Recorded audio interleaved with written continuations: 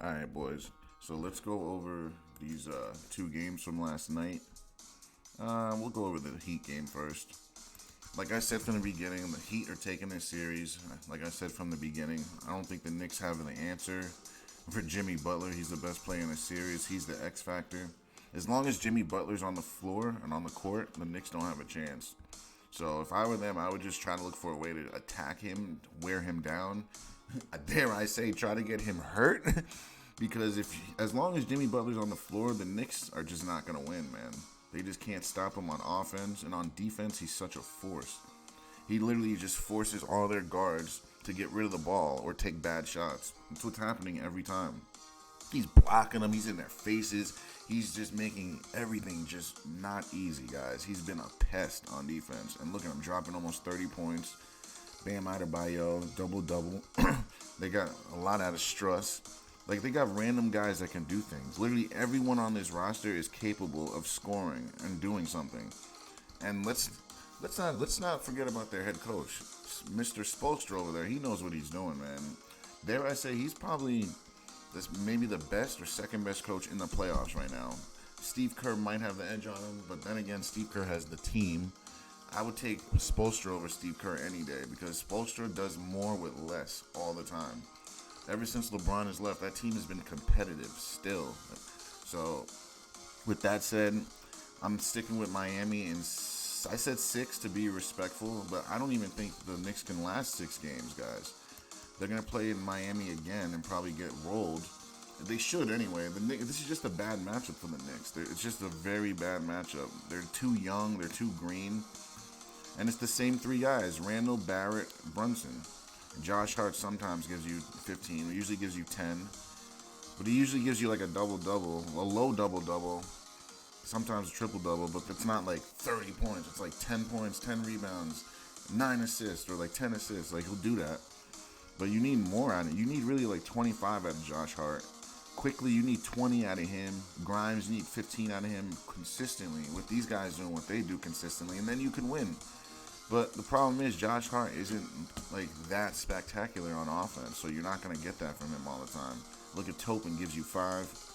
This is just unacceptable, guys. If we're just really thinking about it logically, this is unacceptable. I don't see how the Knicks win the next game in Miami. I just don't. The only reason they won in the at home at MSG is because Jimmy Butler wasn't there, and they just got by that game. They literally just got by. So that game literally showed you that Jimmy is the most valuable player on this team. So I said this is ending in 6, man, but it's starting to look like it's going to end in 5, man. We'll see what happens game 4. If they win game 4, guys, it's over. All right, now let's talk about this Warriors game. So it's just every other game is a blowout. That's what it seems like. Every other game is a blowout. Now with this though, if the Lakers don't win the next game, they're gonna lose the series. I'm calling it right now. They have to win the next game. Like I said, Game 4 is the most crucial. Game 4 and 5 are the most crucial games. But for the Lakers, they must win Game 4. If they lose Game 4 and go back to Golden State 2-2, they're going to lose, guys, in 7. I promise you. They're going to lose in 7 if they don't win this game. If they win this game in LA, the Lakers do, if they have a chance. I still won't say that they haven't won yet because we've seen teams lose 3-1. Who knows, maybe they'll do it to LeBron this time. They had Steph Curry do it. Lose 3-1 to the Cavaliers, right? Who knows, maybe they'll make LeBron do it. It happens all the time. They make that shit happen all the time. They made it happen to KD. They had it happen to Steph Curry. Now they might have it happen to LeBron. We'll see. So if the Lakers win, still don't think it's over, but it's a lot better chances. To the point where they can end it Game 6 at home, where they can lose Game 5 and then win it at home. Like, that's right. Like, they really, really have to win Game 4. They stole a game, Game 1, and they have to win. The problem is, it's this guy right here. Where is he? Oh, Lakers. Anthony Davis, who's the best player on the floor on both sides. When he shows up, the Lakers win.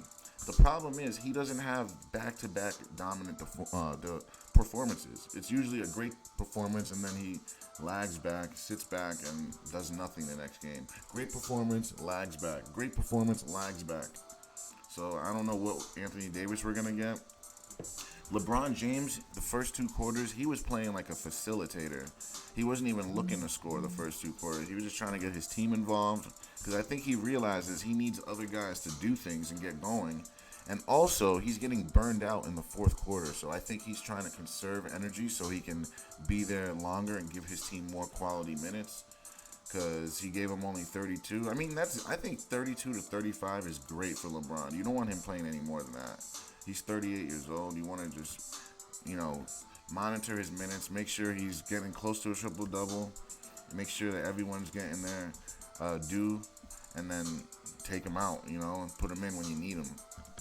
And then mid-third quarter is when LeBron started opening up and just attacking the basket, playing back to the basket, and actually looking to score.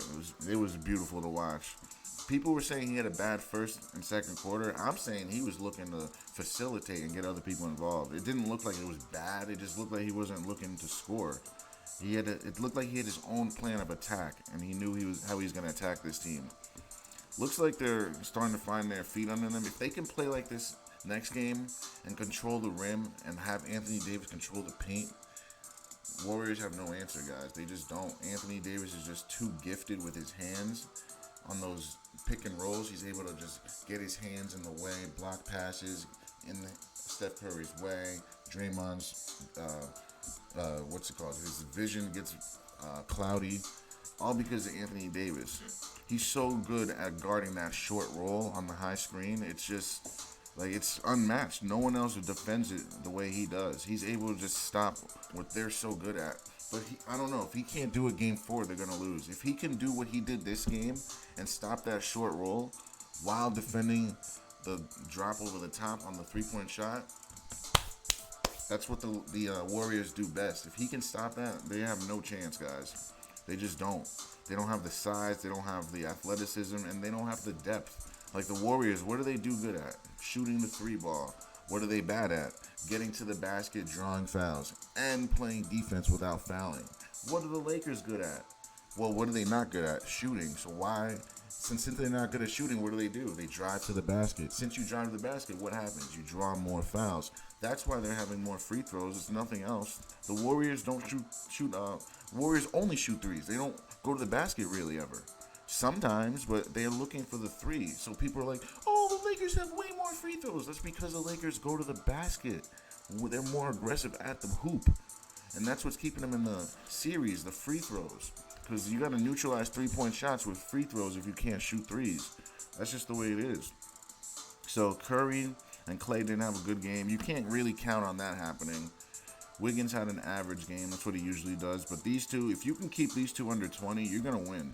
And that's the key of this game. And I think the best move that Darvin Ham made, the Lakers coach, he moved Austin Reeves off of Klay Thompson, and he put him on Steph Curry, taller body, not as athletic, and too small for Klay. That's what I said last game. And then they put D'Angelo on Klay. He's still smaller, but a little more feistier and quicker. So it seemed to work out better. And D'Angelo had a better game than Klay, and almost Steph. Like, he just outplayed them. But we need Anthony Davis and that whole Lakers team. We need them to do this 2 more times to get through this series. If they can't do this 2 more times, they're not getting by, guys. That's just what it is. Neutralize these 2 guys and you win. That's it. Klay and Steph, neutralize them. Keep them as close to 20 points as you can. If you can do that, you have a chance. The problem is when they score over 30 points, then everyone else around them gets going. And everyone's confidence is through the roof. You kept Poole to 5. This is beautiful. This is how you beat the Warriors. The Lakers, I think they found a formula. If they can stick to this formula, they're going to win the series, guys.